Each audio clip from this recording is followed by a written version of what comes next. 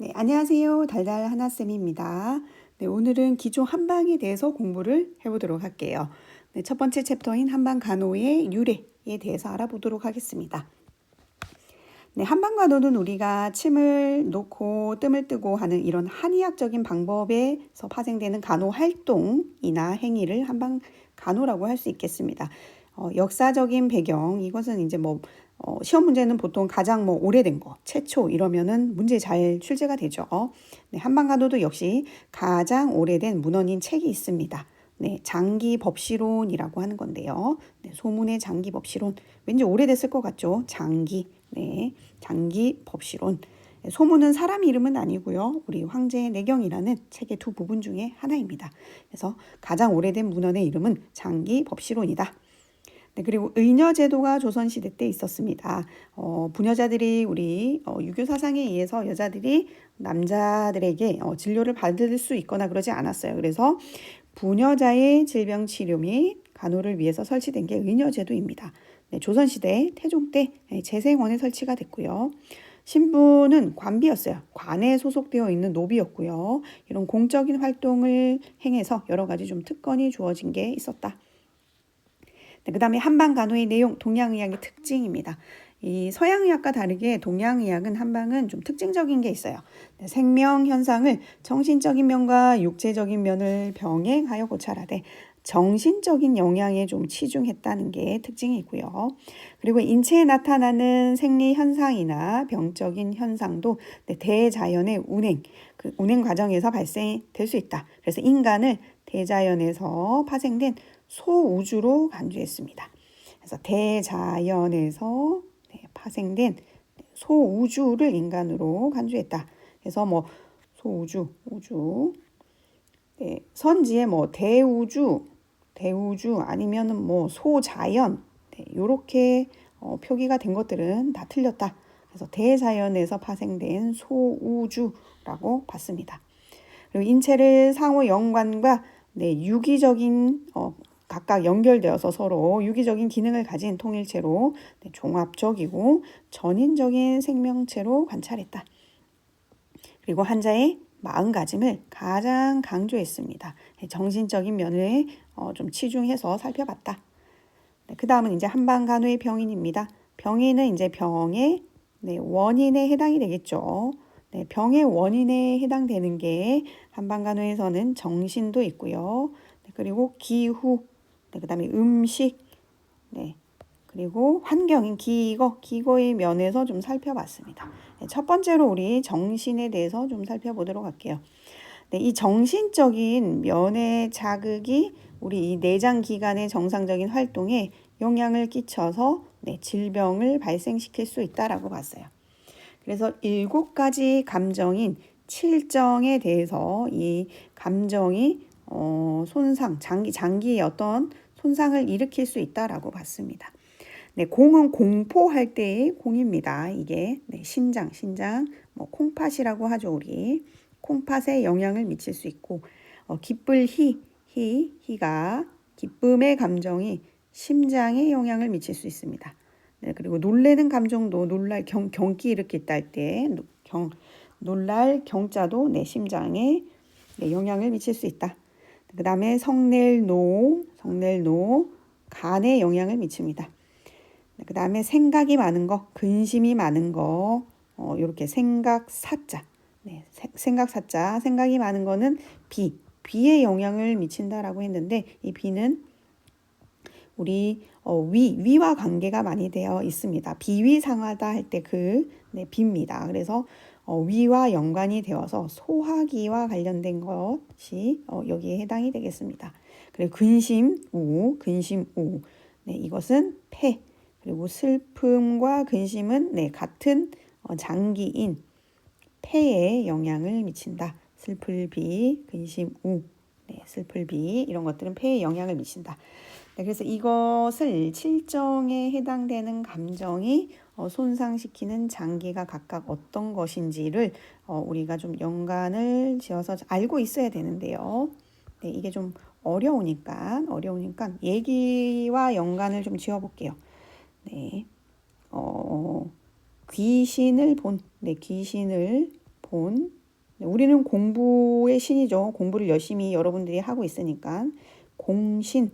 네, 공신 희경이가 네, 우비를 버린 얘기입니다. 네, 우비를 버린 얘기예요.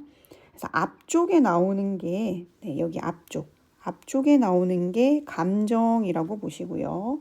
네, 뒤쪽에 나오는 글자가 손상장기이다 이렇게 보시면 되겠습니다. 대신에 이제 메인은 희경이가 우비 버린 얘기니까 요 희경하고 우비는 네, 같이 묶어서 네, 감정에 해당이 되겠습니다. 네, 그리고 뒤에 얘기를 좀 더 만들어 보면요. 네, 공신 희경이가 네, 귀신을 봤어요. 그러니까 어떻게 돼요? 심쿵하죠. 심장이 쿵해서 노간, 네, 간 떨어질 뻔했어요. 간 떨어질 뻔. 노간한 거예요. 노간, 간이 없네. 네, 그리고 사비를 들여, 네, 사비를 들여 산, 네, 우비를 폐가에 네, 버린 얘기가 되겠습니다. 네, 그러면 좀 눈에 좀 들어오는 게 보이나요? 네, 얘들은 그러면은 감정, 칠정에 대한 것만 좀 표시를 해볼게요. 네, 공포죠, 공포. 네, 그리고 희경. 네, 그 다음에 노간 할 때 성낼 노자, 생각 사자, 그 다음에 우비, 네, 이건 감정이고요. 그 다음은 네, 장기, 손상시키는 장기는 공신에서 신장에, 공포가 신장에 영향을 미치고요.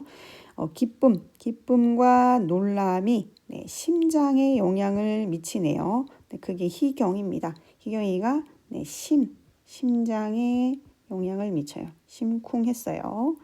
그 다음에 성낼 노자가 네, 노자가 간에 영향을 미칩니다. 간 떨어질 뻔했고요. 그 다음에 생각 사가 위에 해당되는 소화기인 네, 사비할 때 네, 비에 영향을 미치고 네, 우비를 폐가에 버린 거잖아요. 네, 근심과 슬픔이 네, 폐에 영향을 미친다.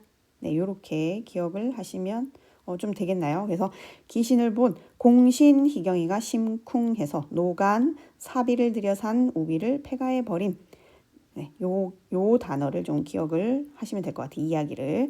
네, 귀신을 본 공신 희경이가 심쿵해서 네, 노간, 간 떨어질 뻔했어요. 사비를 들여 산 우비를 네, 폐가에 버렸다. 네, 기억을 하면 조금 도움이 되실런지 모르겠습니다. 네, 그 다음에 이제 기후입니다. 기후는 이제 소문의 음양응 상대론편에 한은 형을 상하게 한다라고 했어요.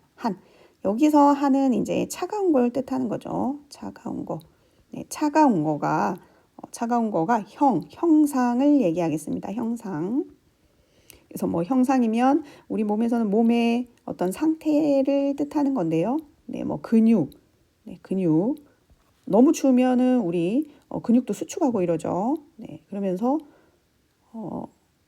뼈 이런 뭐 살 이런 형상들의 영향을 미쳐서 상하게 한다.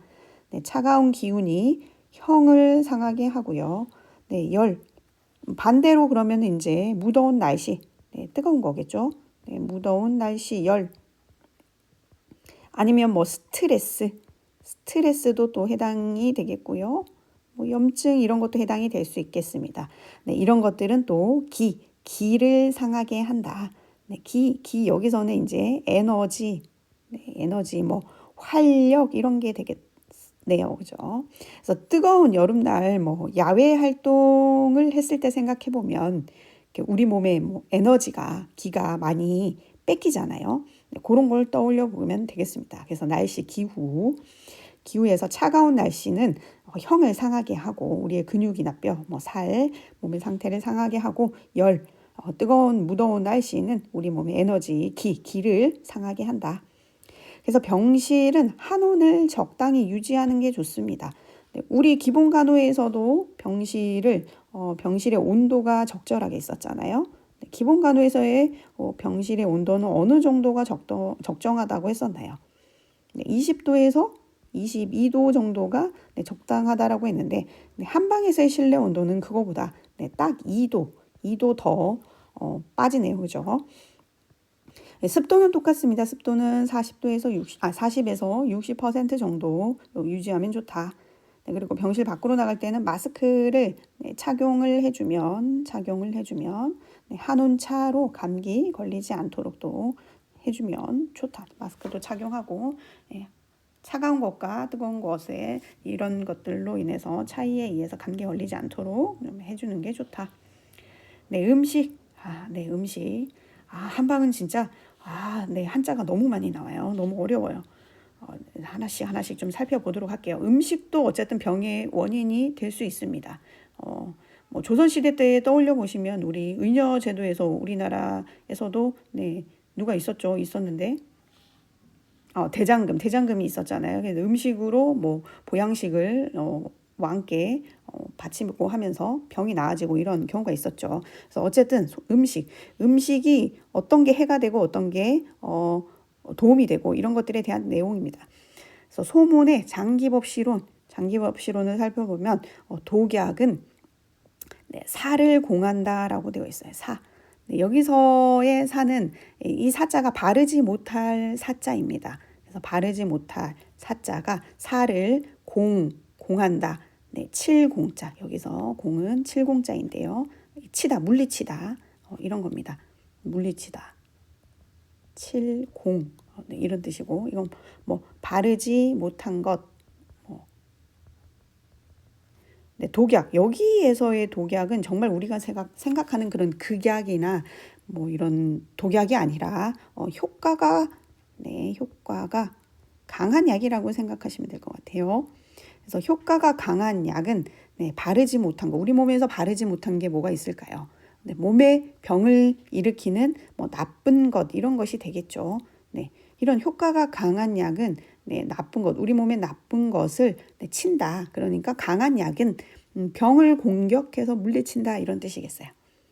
강한 약은 좀 써볼까요? 강한 약은 강한 약. 약은 병을 공격해서 물리친다. 이런 뜻이고요.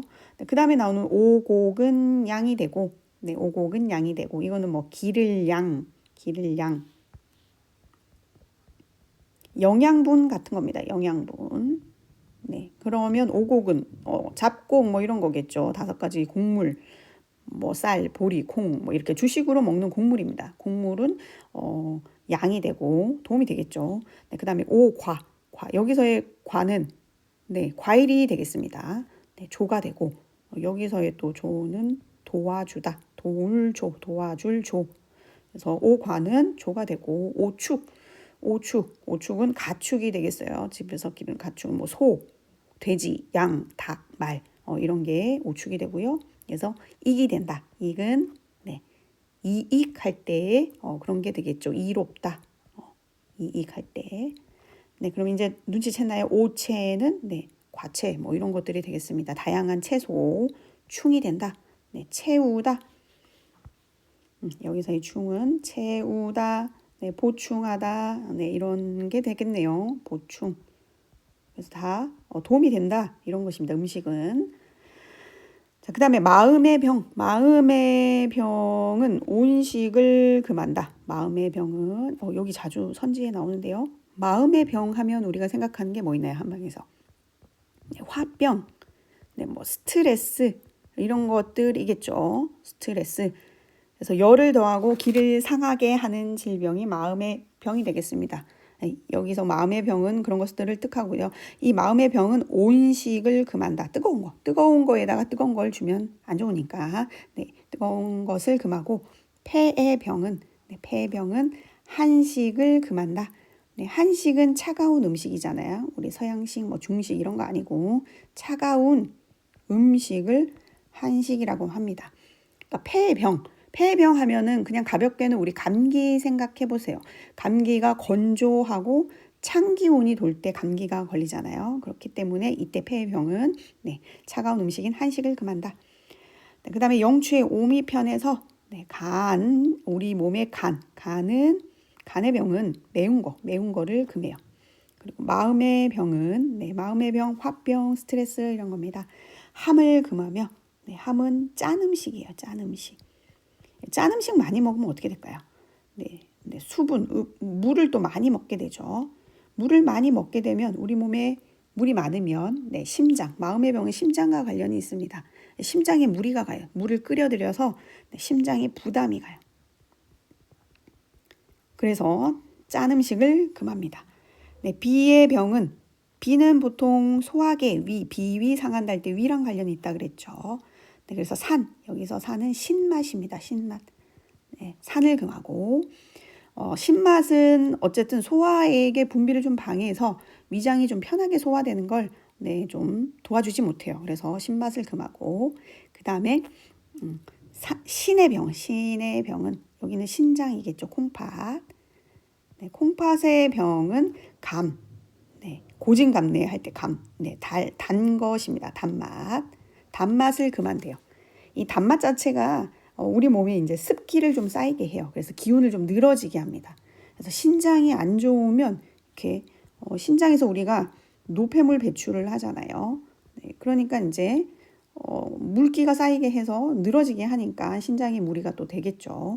노폐물 배출이 잘 안 돼요. 그래서 네, 단맛이 이런 역할을 하니까 네, 단맛을 좀 금해줍니다.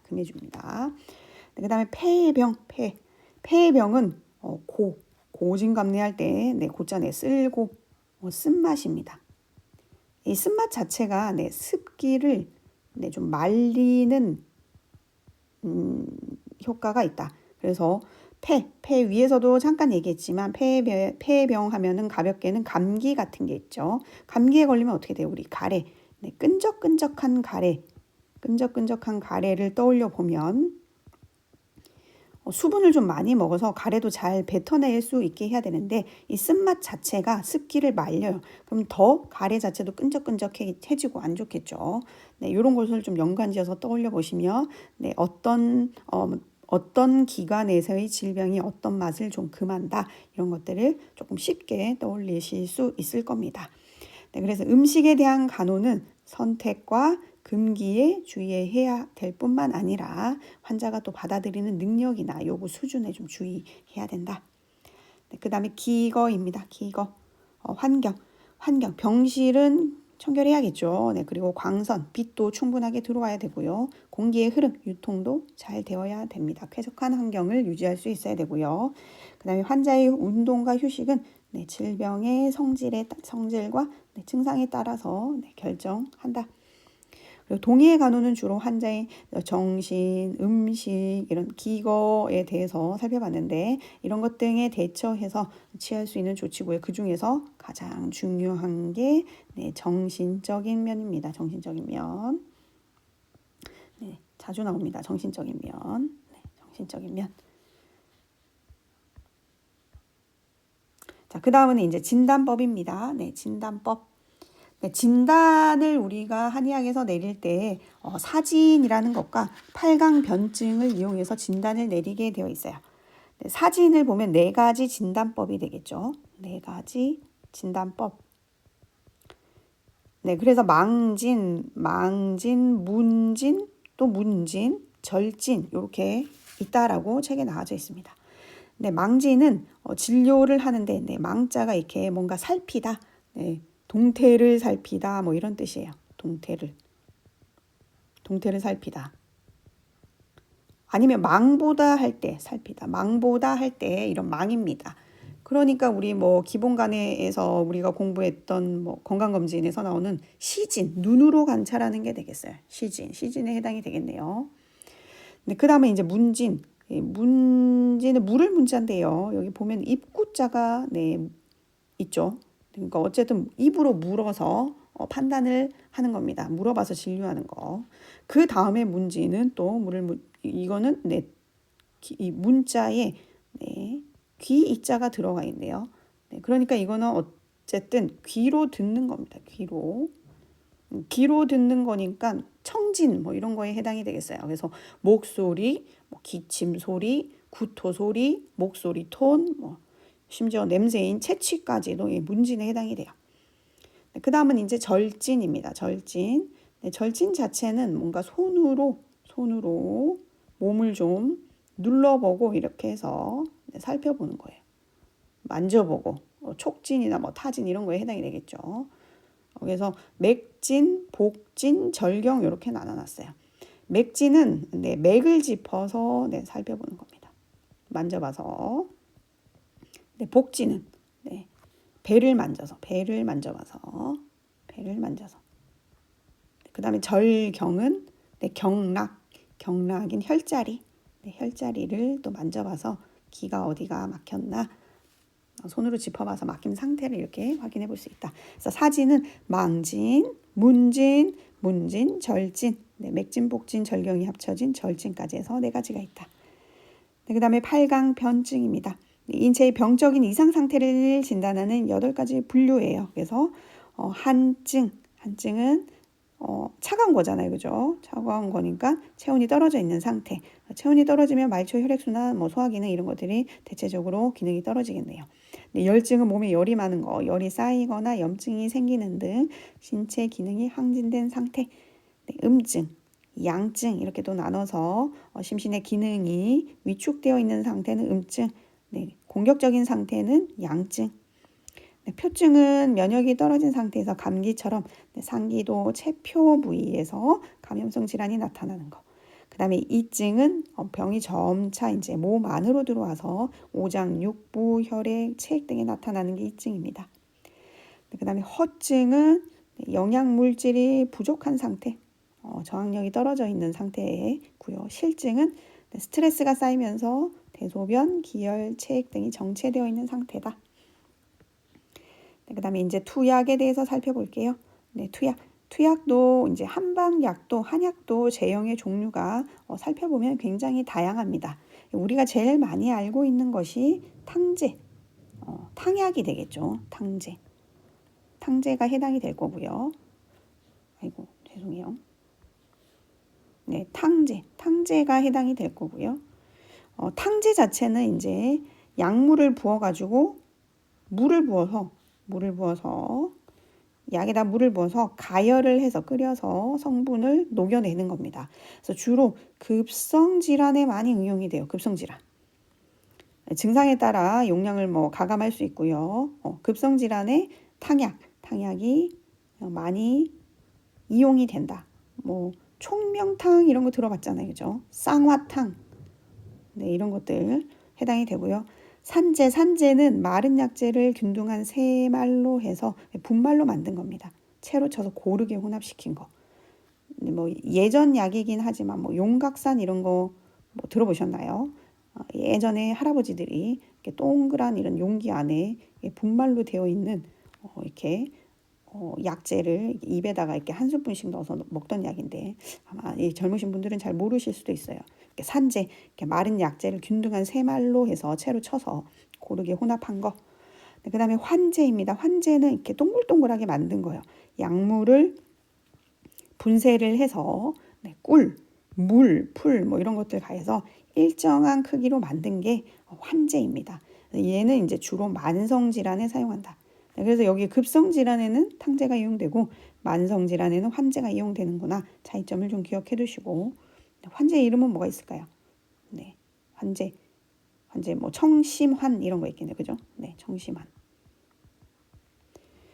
그 다음에 고제, 얘는 약물에다가 물을 가해서 이제 달입니다. 달여서 찌꺼기는 좀 빼내고요. 더 진하게 달여서 꿀, 설탕 이런 것들을 넣고 이렇게 농축시킨 반유동 상태, 이렇게 거의 잘 흐르지 않는, 이게 거의 끈적끈적하게 흐르는 반유동 상태로 만드는 게 이제 고제입니다.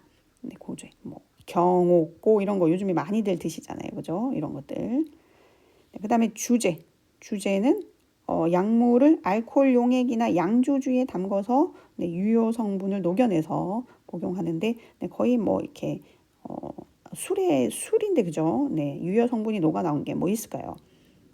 우리 부모님들이 좋아하시는 인삼주, 주, 뭐 이런 것들이 해당이 되겠네요. 네, 정제는 약물을 분말로 만들어서 유효 성분을 추출해서 농축한 다음에 부영제를 넣고 이렇게 알약 형태로 만든 게 정제다. 그림에서 보시면 나오죠. 얘가 어디에 해당이 되겠어요? 네, 탕제, 약재를 넣고 끓여서 만든 탕제. 얘는 분말로 만들었으니까 산제. 그렇습니다. 얘는 알약이네요. 네, 정제. 네, 얘는 뭘까요? 네, 그렇습니다. 환으로 만든 환제입니다. 얘는 반유동 상태로 만들었던 경옥고 떠올리시면 되는데, 뭐였을까요? 네, 여기 있네요. 고제. 달여서 꿀, 물, 설탕 뭐 이런 것도 물은 아니고 꿀, 설탕 이런 것들 넣고 농축시킨 반유동 상태의 약이 고제가 되겠습니다.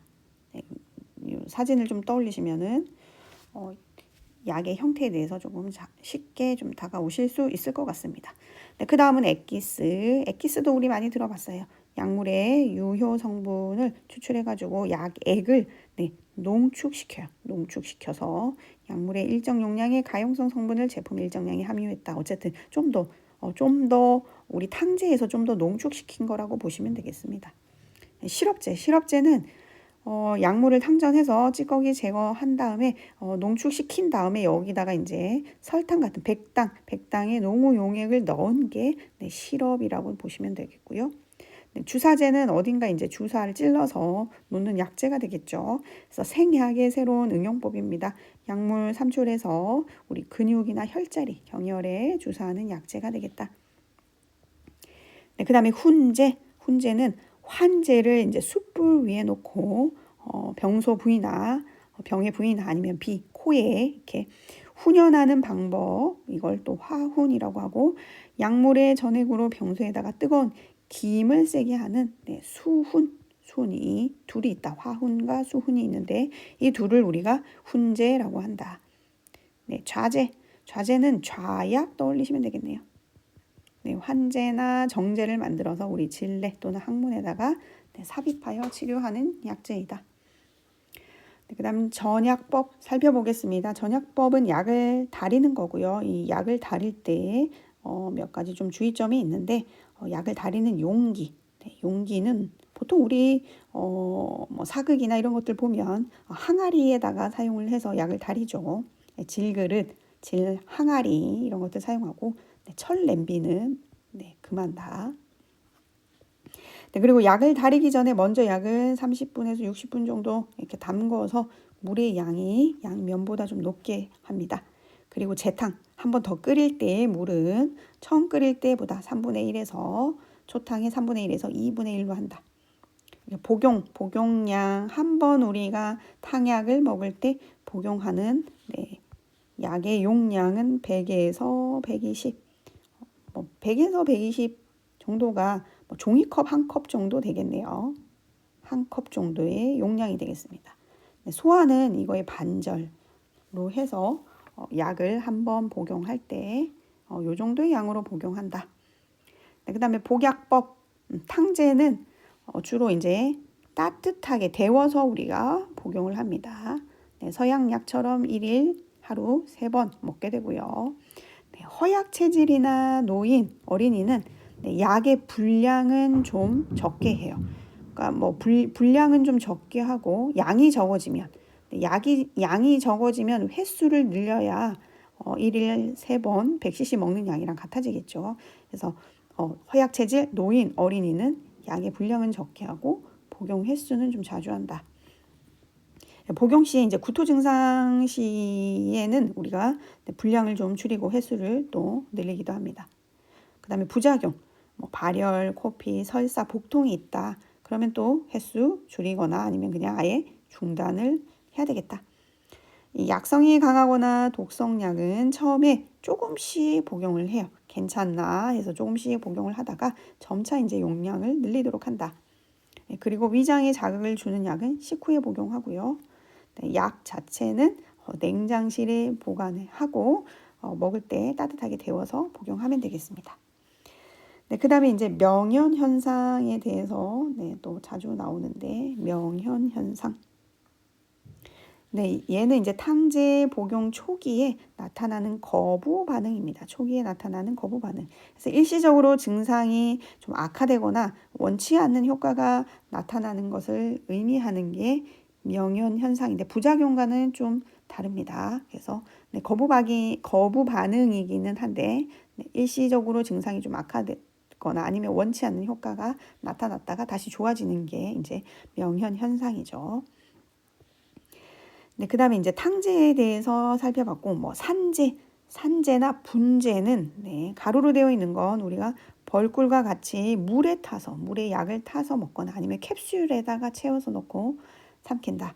그래서 인두를 자극해서 기침을 유발시키기 때문에 한꺼번에 입안에다가 탁 털어놓고 삼키지 않습니다. 네, 가루약이니까. 그다음에 환제, 뭐 청심환 같은 이 환으로 되어 있는 것들 이 끓인 물로 삼킵니다. 끓인 물로 대신 과립이 적을 때 끓인 물로 삼키고요. 입자가 큰 거는 몇 번에 나누어서 삼킵니다. 네, 딱딱한 수화는 온수로 네, 어쨌든 이 끓인 물도 뭐 팔팔 끓인 물이 아니겠죠. 어쨌든 따뜻한 물에 용해시킨 다음에 복용할 수 있다.